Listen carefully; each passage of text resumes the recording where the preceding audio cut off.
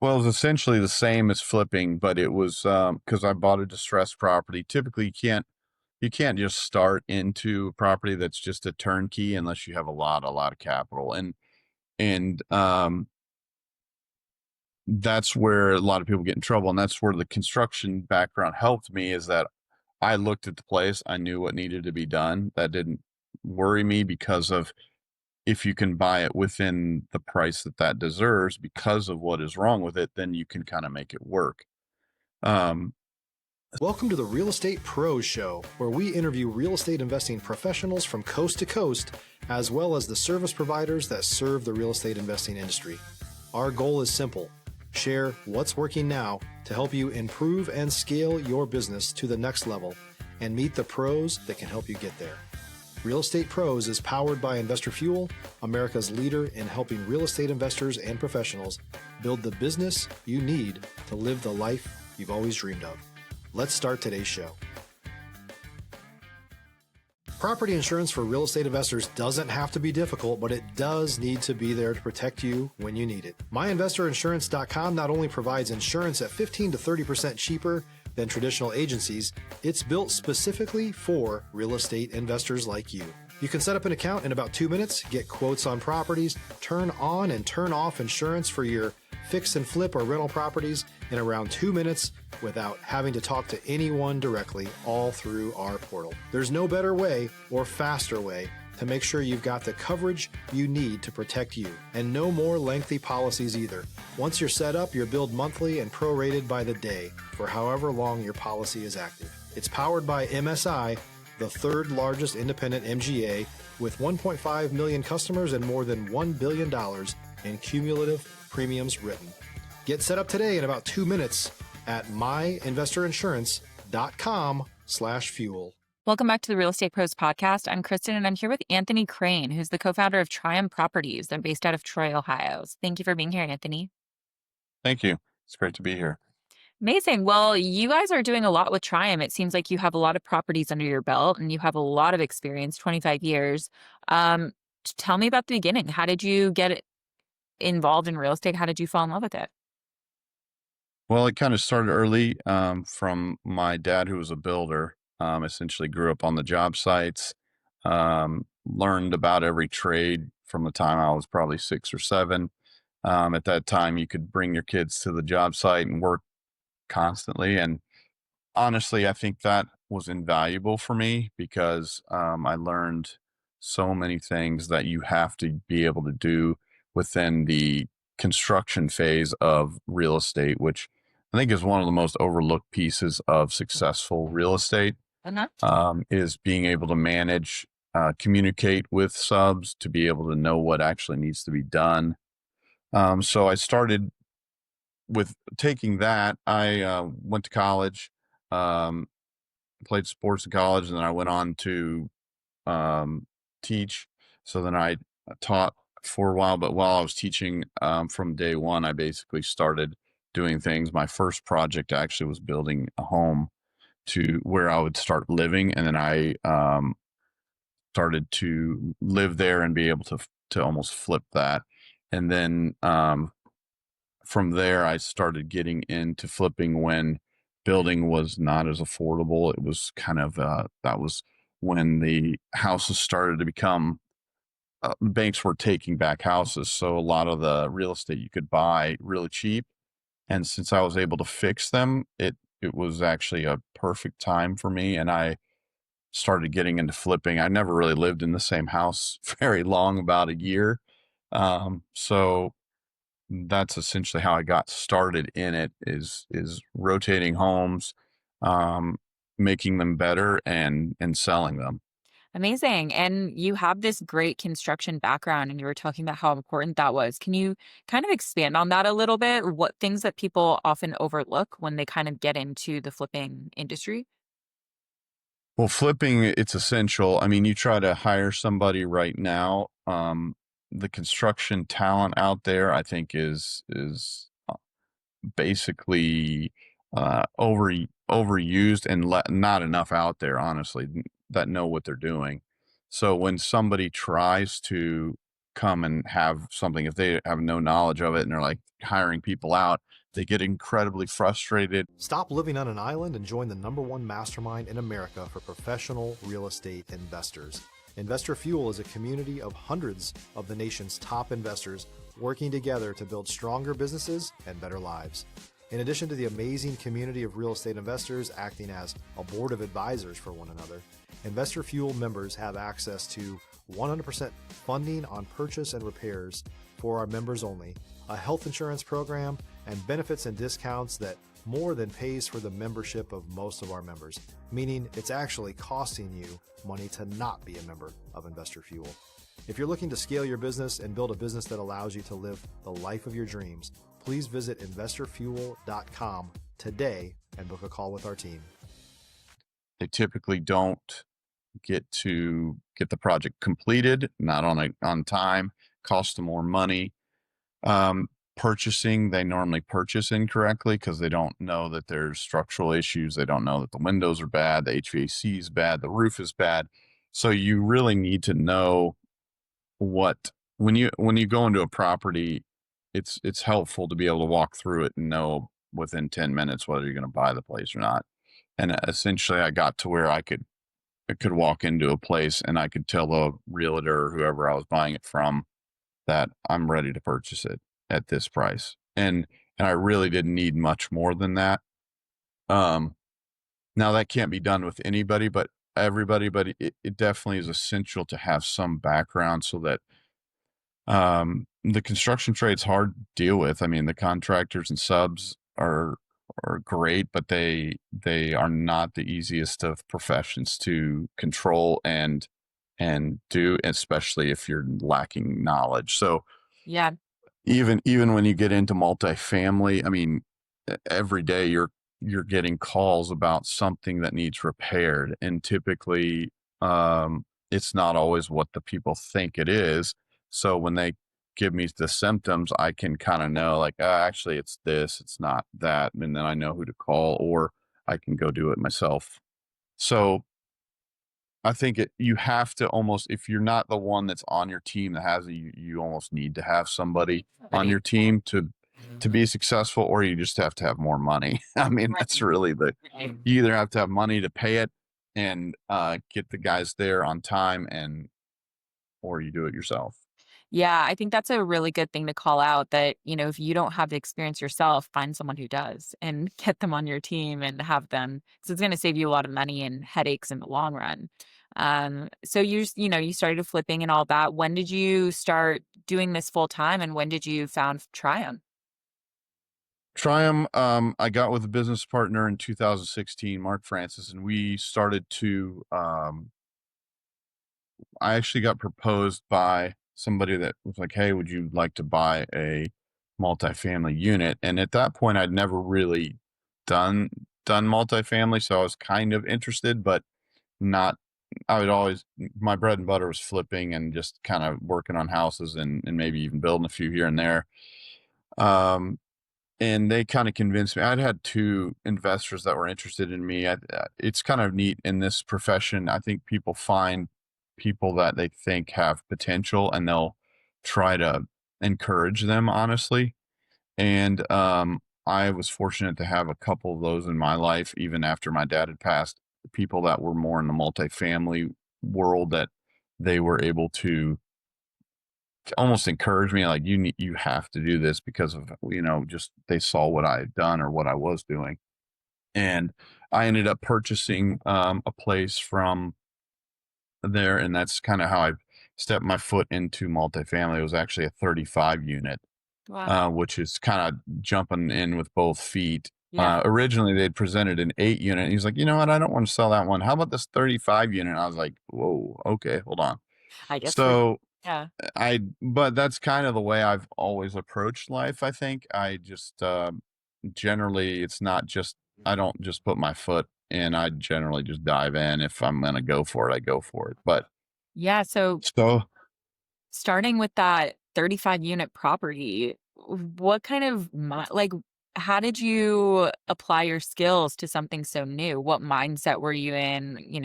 What are some tricks that you've learned along the way to help you Well, it really. was essentially the same as flipping, but it was because I bought a distressed property. Typically, you can't just start into a property that's just a turnkey unless you have a lot of capital, and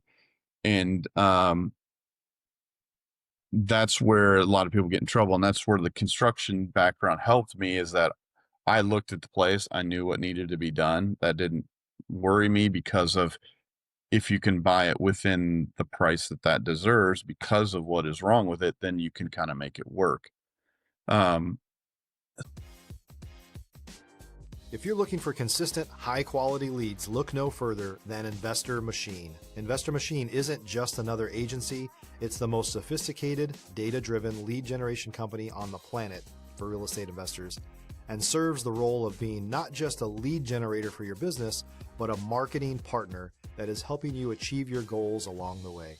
Go to investormachine.com to learn more and schedule a call with our team today.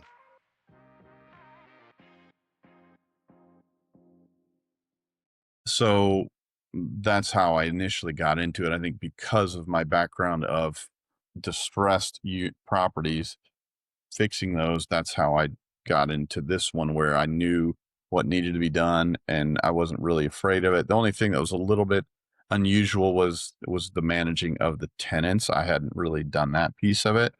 That's a whole nother podcast. I mean, managing and dealing with that is a separate entity in itself. Did But you do that yourself? what's that? You did the property management yourself? Oh, we do all the property management ourselves. We Wow. have all the property management. We do all of it. So we are kind of a one size fits all kind of m- property management company and owners. And so I have a lot of background in that, but that's a whole nother Right. conversation. Honestly, there's a lot to talk about with property management from the construction side. That's one piece. Tenant side, that's the other piece, and then just learning how to buy and learning how to do that. That's a whole nother piece. They're not really just quick intros. I think people like to simplify. I think the internet has done that with the flipping and as well. I think flipping is more complicated than people want to give it credit to because everybody says you can just do it, but it's really not that easy. But Yeah. it's not to make people not do it. It's just realizing that it's not really for everybody. There is certain things you need to have and intangibles. And I think most people just want more clicks and more likes. So they don't really say that. But Mhm. honestly, it's no different than telling somebody that you should be a pitcher. It's like, well, can you throw the ball? Can you do this? Like maybe you shouldn't be a pitcher. But there is certain things that I think certain people can develop and do. And if it's a goal of theirs, absolutely go for it. It's a great profession, but it doesn't come without hard work and hard knocks and experience and talent in a lot of ways. Definitely. And what are some of those skill sets that you think people should have or develop? Well, one skill that's not a skill set is capital. Somehow you got to have capital. I mean, the way that I was able to do it, I had my income and my wife's income, so I had borrowing power. So you have to have borrowing power or some type of capital available. If you don't have that, you're kind of stuck. I mean, you can start smaller and work your way up. If you happen to be lucky and have some wealthy parents or whatever, and somebody gives you money, then that's great too. I didn't have that, so I had to do it more from using my head and using my what I learned and hard work. I mean, and that's you kind of have to work two jobs um, and get yourself of ahead of the income, and then you can roll that. I do believe it's smart to have another income when you're starting out, unless you do have capital. So capital's the number one. And then the most overlooked is the construction background. I think knowing certain things about it, understanding location is key. Understanding how to evaluate the value of a property is essential. If you're a new or newer real estate investor looking to launch or grow your real estate investing business, please check out Investor Fuel Club. It's a coaching community, but unlike anything you've ever seen before. And you can actually partner with members of our mastermind from coast to coast on deals right in your market. There's no better opportunity to build a consistent business than to literally partner with pros to help you avoid costly mistakes, avoid the need for capital to do deals, and help you eliminate your fears as you're starting your business. Learn more about Investor Fuel Club at investorfuel.com/club. So you don't overbuy and buy something stupid. I think so many people get into it and their first purchase is a mistake and they never get into it again. That's a very, very common thing I hear. People are like, oh, I did that once, and or then dealing with tenants is the other thing that kind of kicks people out. So understanding that and then knowing how to fix something, or at least having a skill set to manage to get that done appropriately and effectively.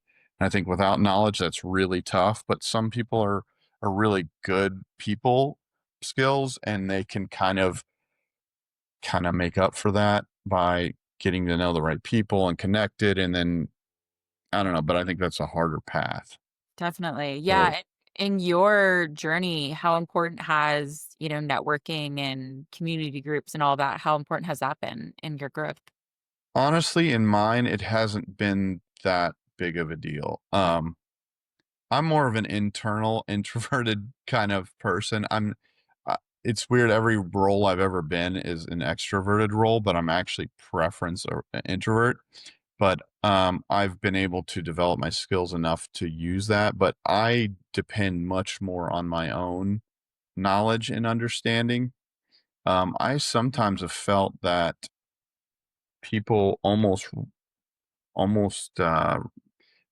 use other people's too much to where it almost gets them to second guess, because there's many projects, if I would have told people that I was doing it, they would be like, no, you shouldn't do that like that. You're, whatever.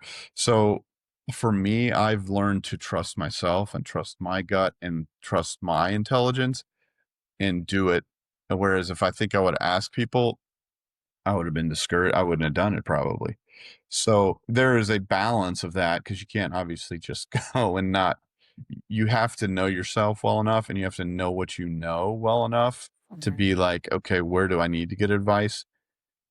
So that's kind of where I was. I didn't. I'd say I depended more on my own research, my own study, and my own balance, and just kind of tried to find places. And then once I started growing, people would kind of come to me and come to me with offers Yeah. of different places. Yeah, it definitely is a double-edged sword there. Like, it definitely can kind of hurt you a little bit to get too much outside opinion. So I agree that there's definitely something there with going with your gut. You've been in this game a long time and you've seen shifts in the market. I'm just curious to hear kind of your perception on the market currently and where you've seen it go and where you see it going in the future. Well, just to quickly highlight how I've seen it go over the last 25, you kind of had early on, you could borrow money pretty easily in the early 2000s. Um, it was a great time to build if you knew how to build. Yeah. Then it kind of went into trouble where the banks had lent too much. That was why they were in trouble. They basically gave money away for free, and people that didn't do it wisely fell into trouble. So then it was a huge amount of real estate on the market that was, you couldn't even build it for the price that it was being sold. So that's when it was more the flipping world. Now I think it's kind of gotten into where real estate's almost too expensive to flip in some cases. This is not, I mean, obviously every place, speaking to a large group, this would be not for every area, but in a general basis, I feel like it's harder or harder earned money now to flip in most areas. And so you have to be really smart and really good about how you repair and fix things and buy materials and things. So now I think multifamily hard too because the interest rates are at what, 7.5%. So now your cap rate for anybody makes it, buying the properties really haven't decreased in price that much, but they still want to, you have the interest rate. So buying multifamily is tough to make the money work for the price of it currently and the interest rates that you would have to borrow. So right now is, I mean, the best thing is that you've already bought, honestly. If you haven't bought, it's kind of a tough market. Yeah. Um, and I think the people that don't say that aren't really speaking realistically. Now, there's certain things that um, could possibly work if you can find something that actually is a very good purchase. But it's right now, it's kind of really difficult time to do all those things. So what to do right now? I'm kind of holding tight. There's some theories of which I don't necessarily disagree with. If you have a lot of capital, it's not a bad time probably to buy a little bit because the the prices of the properties have come down a little bit, and then later you can work on the interest rates, but you've got to have the capital and have it enough to be able to kind of float that for whatever that time frame is. I wish I knew exactly when that was going to break, but I don't. Um, but I think that's the current market. But most people don't just have excess capital floating around in this current market. So that's where I see it currently. Mhm. Rental rates are great. So if you had bought before, it's a good time to rent, but taxes are going up. Everything to fix is also going up. So that's kind of eating into even the amount that's raising as you're raising your rents. So I think the tenants are actually pretty understandable of that because we actually probably aren't making even more money than we were, even though rents are have gone up because it's just so expensive currently everywhere. Yeah, And it's definitely tricky. Definitely a tricky market, but you're right. I mean, if you already have property, it's actually rentals are great right now. And you've given a lot of insight on the market itself and kind of tips on how to scale your business and how to, effectively flip something. What would be a piece of advice that you wish you learned earlier in your career that you can share with us? um, I don't know. I think I was lucky because I had a lot of stuff, and I don't even know if there's anything. A lot of it you learn as you go. Right. Um, I mean, I guess multifamily, but really that is all about timing too. So i- if I would have had those opportunities earlier, I wouldn't have been able to do it and probably wouldn't even have done it. Yeah. So I think a lot of what is important is to make sure you're learning and teaching yourself. I mean, get out there and learn without making those big mistakes, uh, and and develop your skill set. I mean, that's what any young entrepreneur needs to learn. I mean, I had some young guys that have talked to me just recently about getting into it. And I said, keep doing what you're doing, learn the trades that you're doing, make some money, try to save some back. There are people that don't have, you know, uh, any money available for them. So they're going to have to kind of earn it and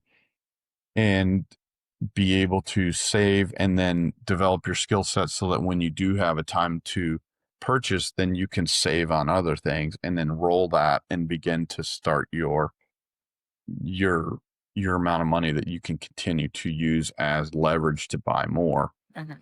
That I think I was taught early, and I guess I was fortunate in that way. Just from that was where I didn't have a capital, but I was given knowledge and actually a work ethic, and those two things I think you can develop is your work ethic and your knowledge and skill set, Totally. and then the capital has to come somewhere, and you can be the driver of that, Hmm. and then as you get more talented, there's people that aren't as is talented that will sometimes partner up with you and then be able to provide some of that capital too. So I guess that's how I would answer that question. Yeah, I mean, there's stuff within your control. You know, you can work on your personal development, you can work on your networking, and you can make stuff happen. It's not, the market is always up and down, out of our control, but there are things in your control. I think that's really good advice. So Yeah. thank you so much for being here. So tell everybody where to find you and Triumph. Tryon Property, Troy, Ohio. It's my I'm at I have a website, tryonproperties.com. Also, so I can be contacted through that as well. I don't really have a lot of social media stuff. I don't do a whole lot of that myself yet.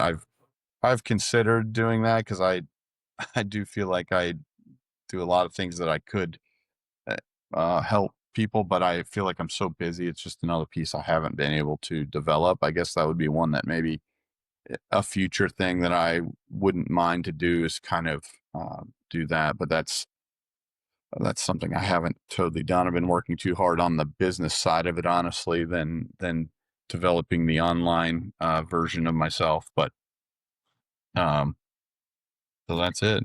Amazing. Well, thank you so much for being here. I really appreciate it. All right. Thank you. Thank you. And thank you, everybody, for listening. And I hope you learned a lot, and we will see you back next time. Bye.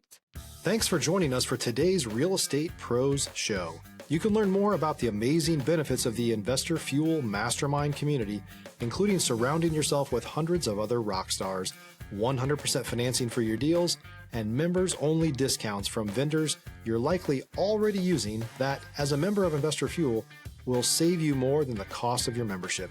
Visit investorfuel.com to learn more. If you're interested in joining us as a guest of this show, please visit investorfuel.com/pros to apply.